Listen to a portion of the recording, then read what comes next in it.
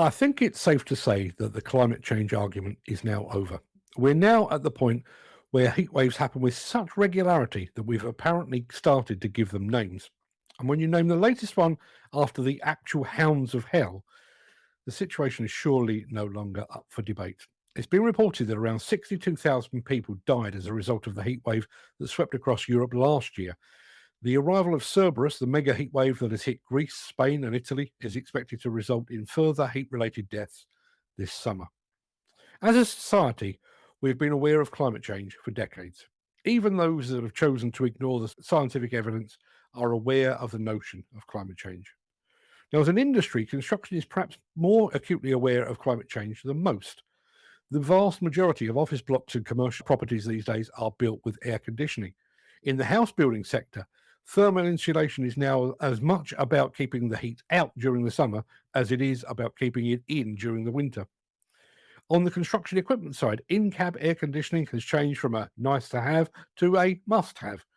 Construction companies crow about their environmental awareness every bit as much as they crow about their gender equality and their mental health awareness. So, is the industry's awareness of climate change and its potential impact reflected in its care for its workers? The evidence suggests otherwise.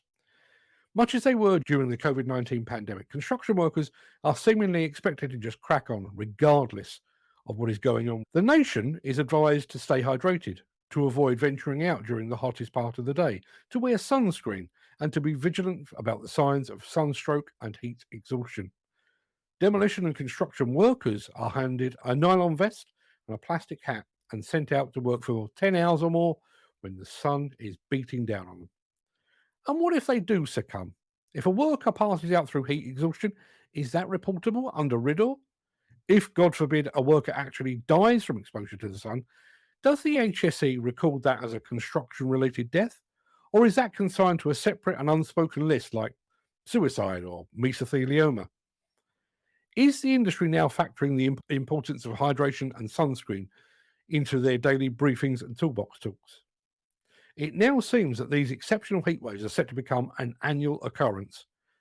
Like Liverpudlians, the construction industry probably needs to develop a greater distrust and hatred for the sun.